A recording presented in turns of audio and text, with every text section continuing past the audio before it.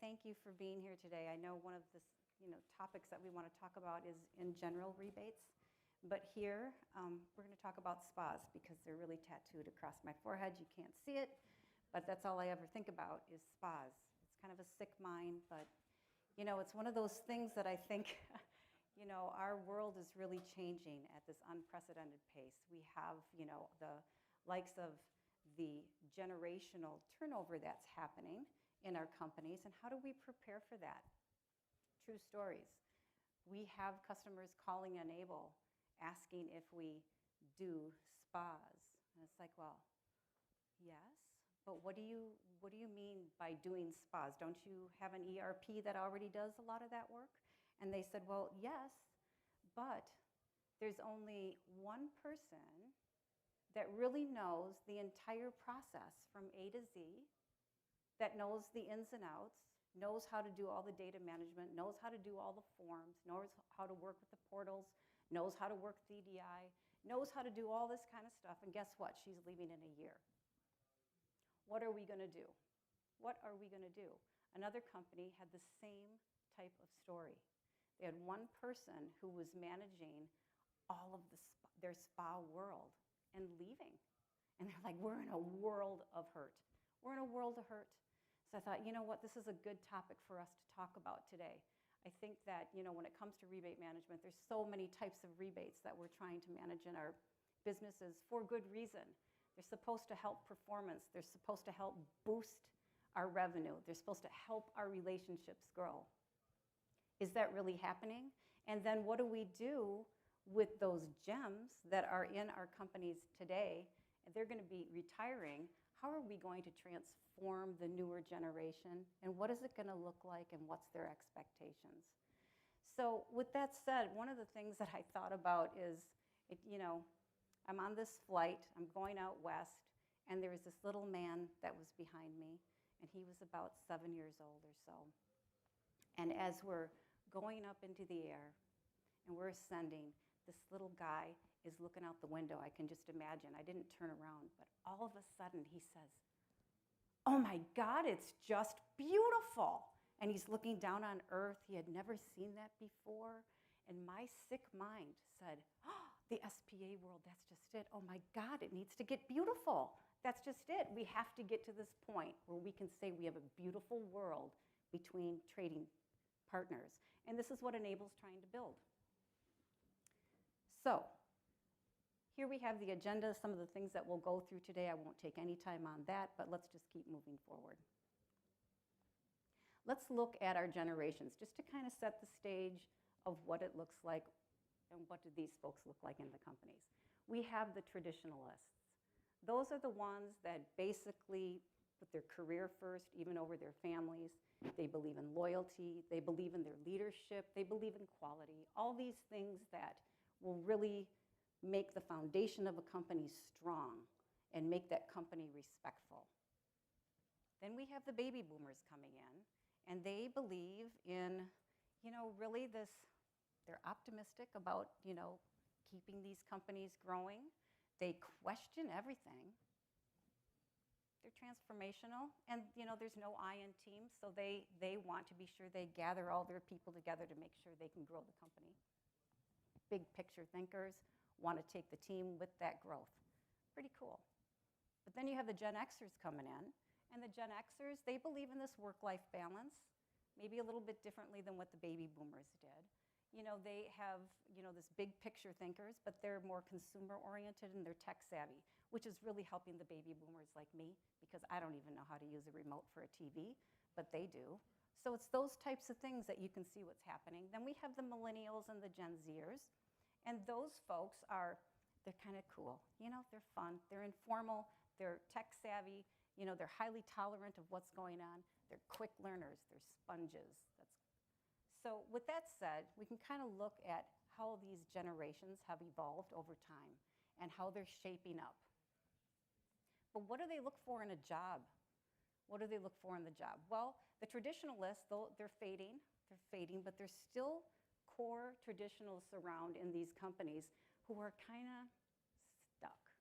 They kind of, they just believe in what they learned in growing up and some of their stuck ways are something that still needs to be patronized, because it's not all bad, but it's just like their mind for growth just isn't as far out as the younger generation.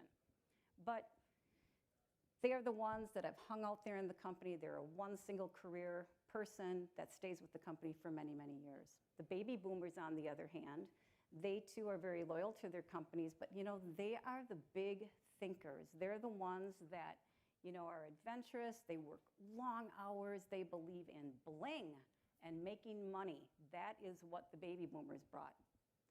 So now the Gen Xers come in, and the Gen Xers are like, you baby boomers work way too many hours, way too many hours. We want work-life balance. We're not quite as loyal. We'll jump from job to job.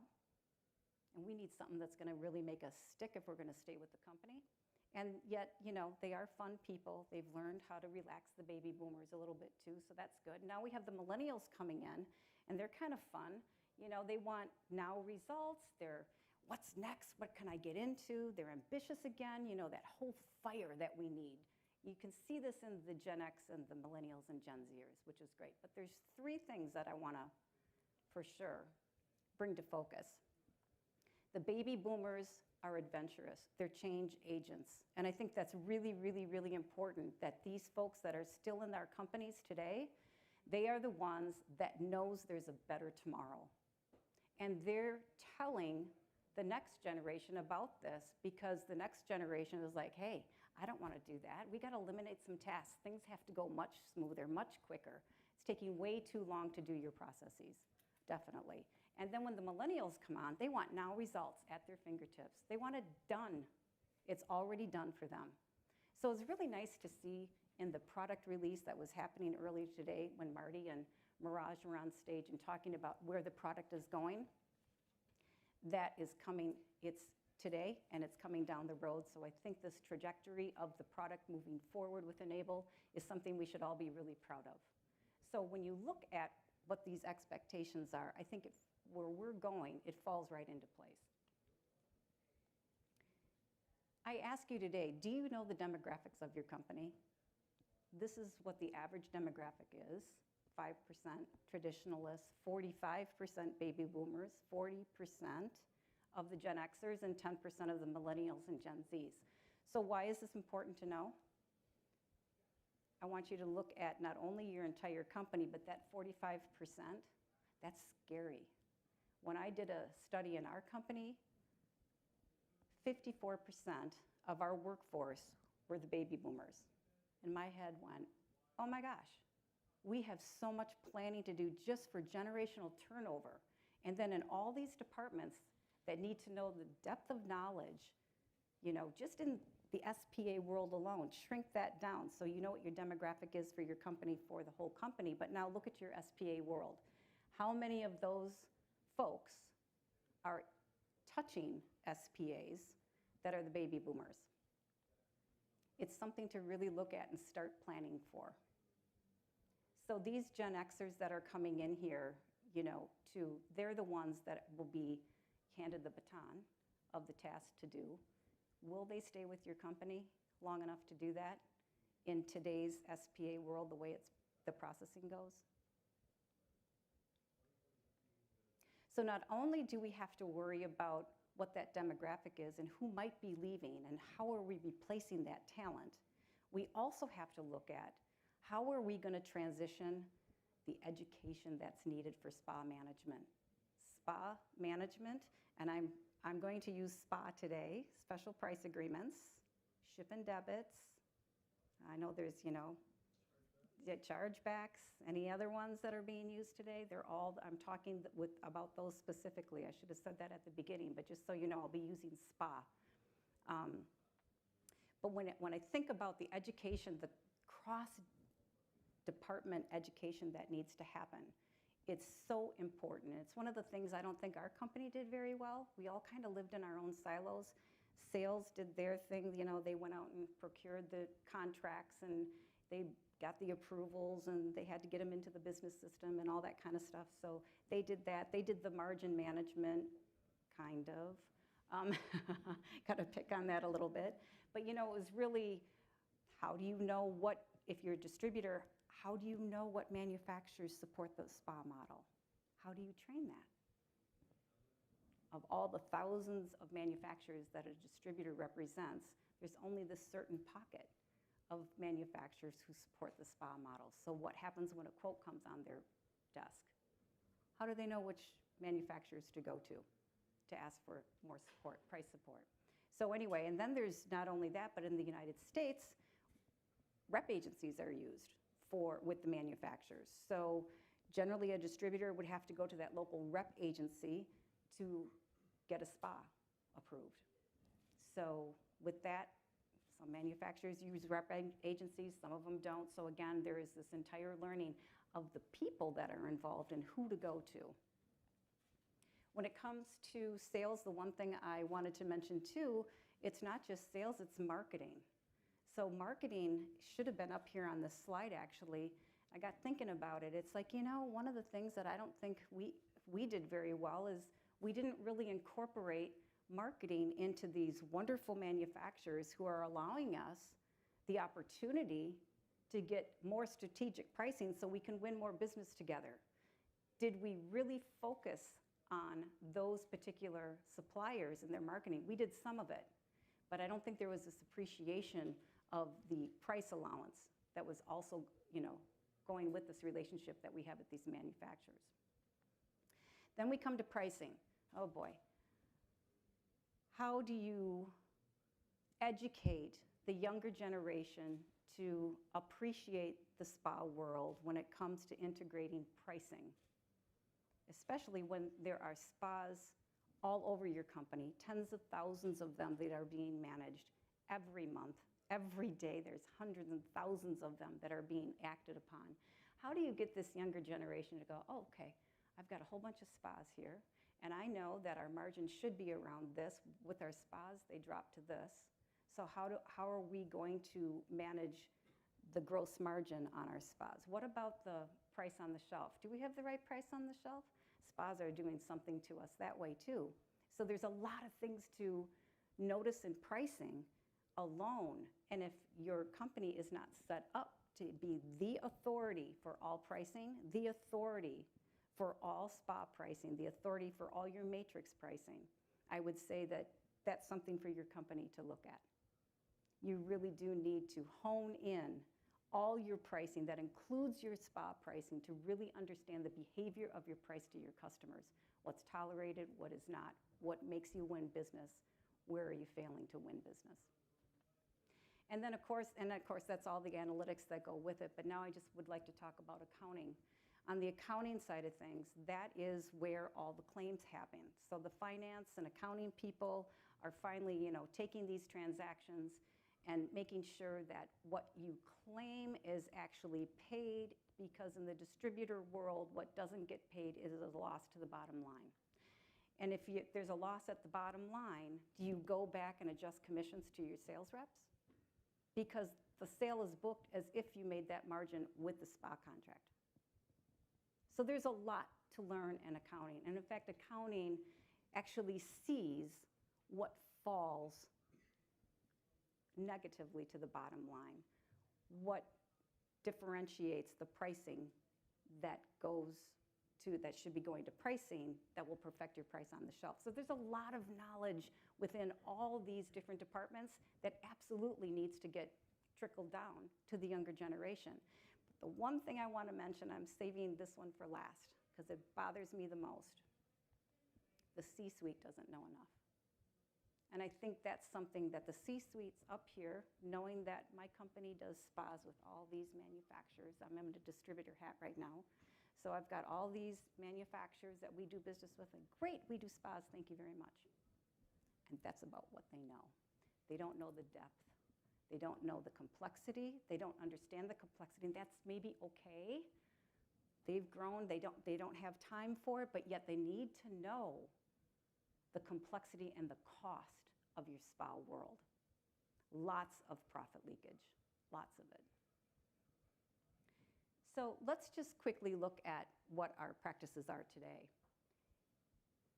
This is pretty much what the process is, where we have a customer going to a distributor asking for a request for quote. The distributor takes that request for quote and looks at that 200 line items and takes the 50 of those items over to the manufacturers that support a spa model. Once those requests for spas are honored and approved by the manufacturer, it then goes back to the distributor, and the distributor now has to ingest those spas into their business system so that they can do up the quote with the spas supporting that quote. And then that quote is sent back to the customer, and hopefully the job is awarded to the distributor. But the job's not always awarded. So all that work to get all those spas may be for nothing. But then that just takes you to the next thing. Why didn't we win the business? But hopefully you won the business, and that's the purpose of the spa in the first place. So that's the sales process. If we quickly look now at the claim process, because there's really two separate worlds in your overall company, the financial side of claims and spas. So now once that job is awarded and the products are shipped, it's invoiced, now those transactions that had the spa support behind it will create a claim, the difference between your into-stock price and the spa price. That delta is what's claimed, and that goes over to the manufacturer. Well, it may sound easy, but when you think that there's tens of thousands of invoices that happen every month, all that data goes to the manufacturer. It takes them time to reconcile those files. And was the claim filed correctly against the contract that was awarded? Once that reconciliation has happened, that credit, or maybe there was an automatic debit that was taken, but anyway, that credit will be given to the distributor, and then the things that aren't paid are the disputes, and the disputes are an entirely different conversation because they take forever to get resolved. That's where those gems know how to get disputes handled in your whole business system very quickly. It's very hard to train where to go look for those answers. But in the end, what the message is here is that distributors wait for a customer to come along with a request for quote. Once that happens, the distributor sends the request for quote off to the manufacturer and waits for the approval. Once the approval is done, that distributor has to wait until those SPAs are ingested into the ERP system, and then the distributor has to wait for that job to be awarded. Let's continue. About every month, a distributor will file a claim. I'm not sure why they wait a month, but it's a month generally. Once that claim is filed, they need to wait until the manufacturer reconciles all those claim transactions. Then the distributor needs to wait for the credit memo, or if they took a debit memo, they'll get that credit right away, but it won't match the manufacturer's records. But anyway, they do whatever the negotiated terms are with that manufacturer. But the disputes now, there's always disputes. There's always disputes. Those need to wait to be reconciled because you have to go rebuild the story. Where was the problem? Who did something wrong? If finance is having a disputed item, chances are the process ahead of the claim process is broken somewhere, maybe with certain individuals or the process itself. So again, there is this waiting that happens in order to really reconcile and settle that entire month's claim if you do it monthly. These perpetual processes happen every day. It goes on and on and on, and we don't realize the cost that's associated to it. I did some consulting with a company that wanted to look at this cost, and one of the things that they said, it was a great workshop. Real quickly, we had 2 days. We had the C-suite, procurement, and pricing one day, and we had the sales team the other day. And what we found out is that the cost of doing spas was 300 basis points. The sales team had no idea that the labor, the cost of funds, and lost cash discount, and everything that's going on with the spa claims cost the company that much money. They had no idea until it was studied. So there's a calculator that Enable has that can help you put your arms around some of these costs, but you need to understand what sales should be making up in margin just to cover the overhead that's associated to it. So what I call this is the weight of the weight. The weight of the weight. The request and approval is already time-consuming, and it happens several times with several people involved. Updating the ERP and maintaining the spas that are in the system, analyzing which ones are working, which aren't working. It's a lot of work just to try to keep all these contracts up. Then when you go to the claims and reconciliation side of things, you now look at what goes through very smoothly and the other ones that are causing disputes and problems. So it's a bunch of wasted time and money. In the end, this is what we're talking, time and money.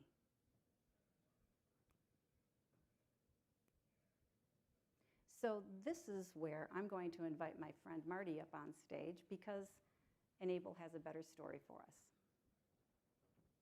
Thanks, Mo. Thank you.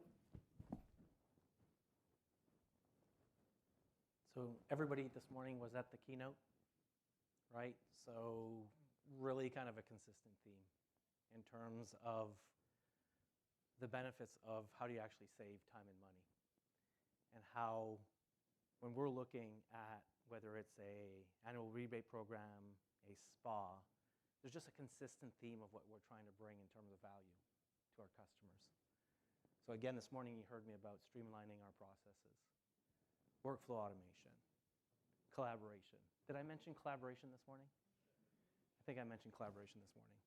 The whole process of claims and settlement. The other bit that is really interesting is these trading networks are actually pretty dynamic. So modeling the network of customers is critical. You need to do that in software. If you're doing this outside of software, you are wasting time and money. And then we talked about, did I mention analytics, optimizations, and insights? So again, we're really comfortable and confident that we actually have a really good spa solution. Mark, his words, where you guys have evolved a product. It is really, really impactful in the industry. To bring some humor here, actually, we had our sales kickoff, our annual kickoff in February. And I was doing a keynote. And after getting all of this feedback around what spas mean, how much benefit there is, and where our solution was, I thought it'd be pretty funny if I actually had a branded spa robe wearing nothing under and got up on stage and says, Enable has the best spa in the world. And then everybody started laughing. And that became kind of a running theme. We've had customers asking, hey, maybe we get one of those spa robes. But to go back to this morning's presentation, to go back where we're going with the software, to go back to how you save this time and money, you need to implement a software solution. You need to implement everything that's listed here. Streamline your process, workflow automation, claims and settlement, analytics, and understanding the dynamic nature of your customer networks. We're not solving all of these hourglasses, but we're solving many of them, many of them. And so when we talk about the benefits of time and money, you can see many areas where the technology, the platform, and our direction is going to help you. So again, it's all about optimization. Optimization of your sales, your profit, your cash flows, and also the time and money that you're spending just to get this process to work end to end. So Maureen, I've had the privilege to get to pick your brains. Mark, had the opportunity to pick your brains. For me, spa was, again, just as much as rebates, spas was a huge discovery. What it is, how much value there is, how much complexity there is in it. So I appreciate you asking me to come up here and talk about why Enable Spas is ready for prime time. It is the best spa in the world, and you can't do this without software. You can't do this without automation. As generations move along, and you're getting the Zoomers, the Gen Xers taking on these roles. They are more tech savvy, and this will be the expectations from them.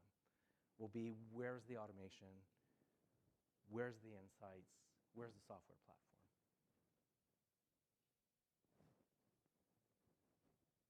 Session takeaways. Maureen, do you want to come up again? So thank you, Marty. I think one of the things that we wanted to be sure that you heard today is that it really does take some planning and some investigation in your companies first to look at your demographics. You know, we want to be sure that you're planning for your future accordingly when it comes to your spa world. And one of the things that we want to always say is that we don't want to replace people. We just want to make them more strategic. You know, they don't want to be stuck with these arduous tasks of mapping data or taking an EDI form that's supposed to, you know, talk between business systems, but yet each form has to be tweaked to make sure that it's actually going to talk to the business systems. I mean, come on, we can do better than that. We're at this point today that we can honestly say we're in a very great, challenged world where we're getting better because we will not tolerate mediocrity anymore. We just won't. We need to look and plan and know what you're in for. We want to remove the waste and the weight of what's costing our company so much money in order to just get through one spa. It takes up to 12 people when you think about it. At least 6 people on the distribution side and at least 6 people on the manufacturer side to get through one spa. That's just one. So a lot of people are involved. And I think, you know, when we look at this collaborative state of the product and what's going on, you can just imagine one day in our future, all these spas will be requested electronically.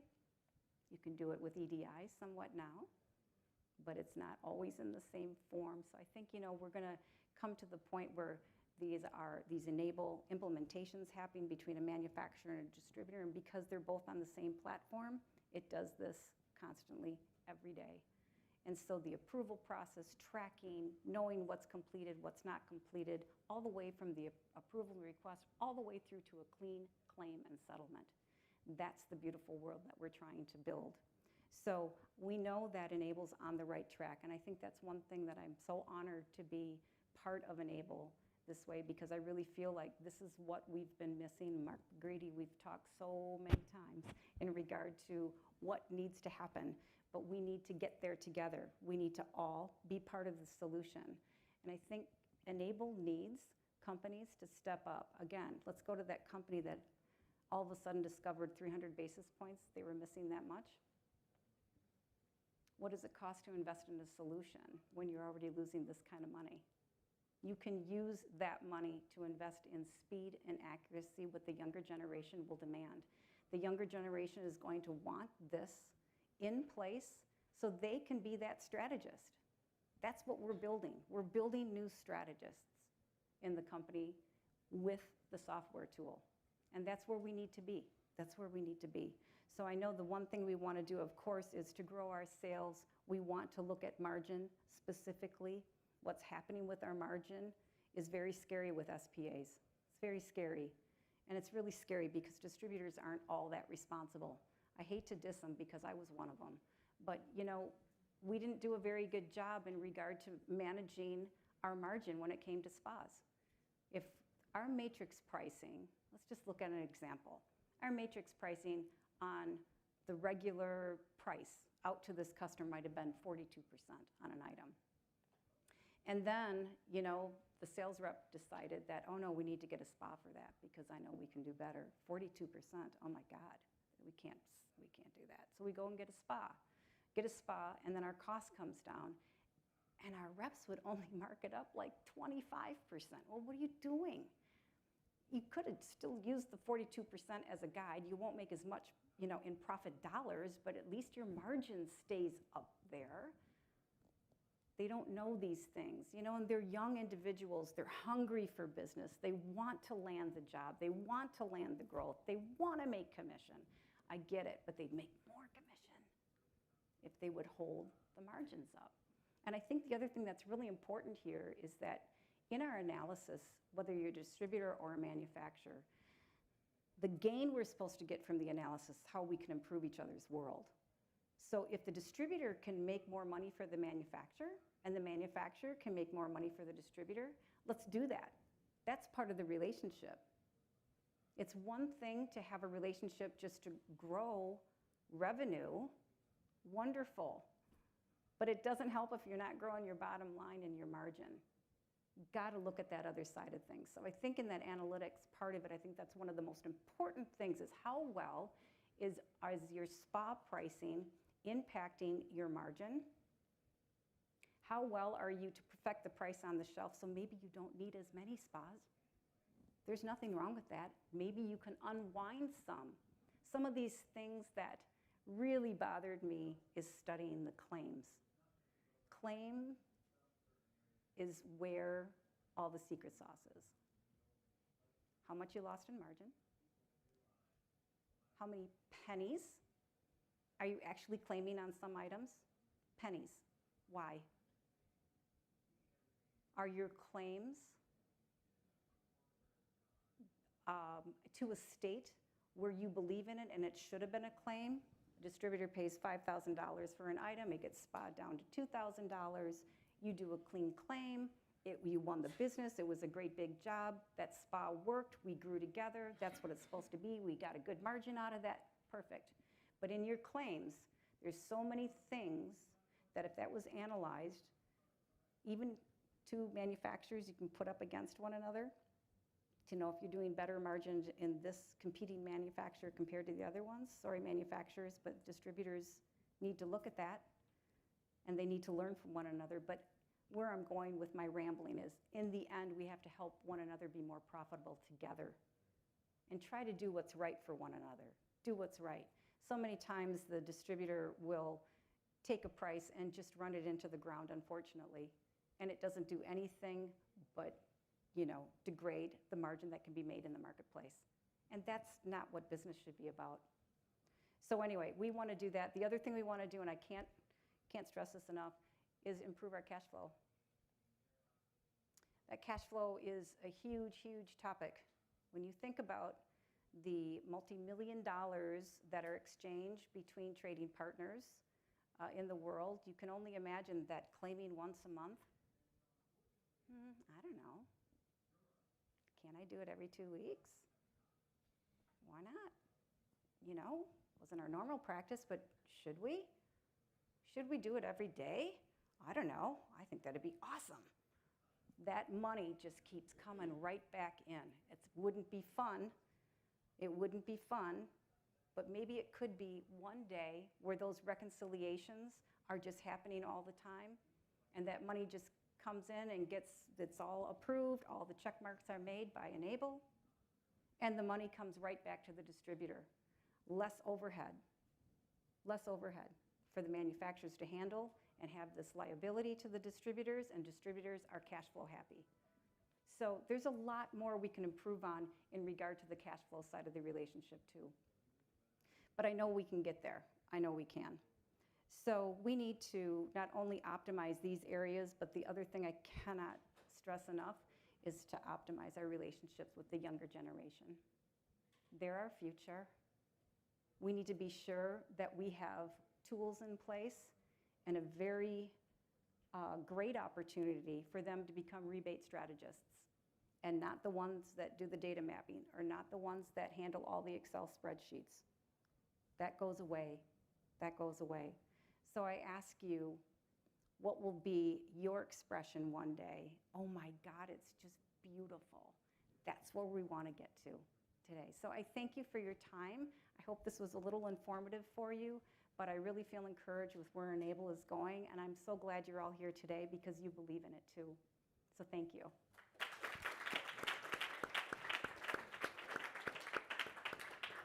Are there any questions or comments? Great, please. I've heard this a few times from different customers that I've been dealing with. Obviously, there's the focus on training and retraining and trying to retain existing employees. But as you mentioned, 45% of the market seems to be close to retiring or thinking about it, trying to pass the baton.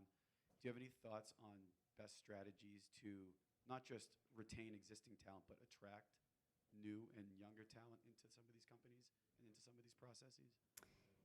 I do have an idea on that. It's a really great question. Just as we have expressed here today what the future looks like, I think that's one thing we need to tell the younger generation where our future needs to go. And we want them to be part of that future. We want their ideas. We want their input. We want them to be the change agents that the baby boomers have badged. We want them to be the change agents for the next generation. You know, we want these folks to be in here for a long time. I was with our company for 35 years, so it's a long time that, you know, invested in one company. We want to create that flavor again so that they can build a culture of quality, that we can build a culture of smart spas, that we do business in a smarter way together. And so that's how I think I would help, keep those folks interested and have them help get the company to the next step. Invest in a software solution that, like Enable, that will take us to that next level and help Enable grow to get to that beautiful spa world that we're all imagining one day, that where it needs to be. They absolutely need to be part of the journey. Yes. Go ahead.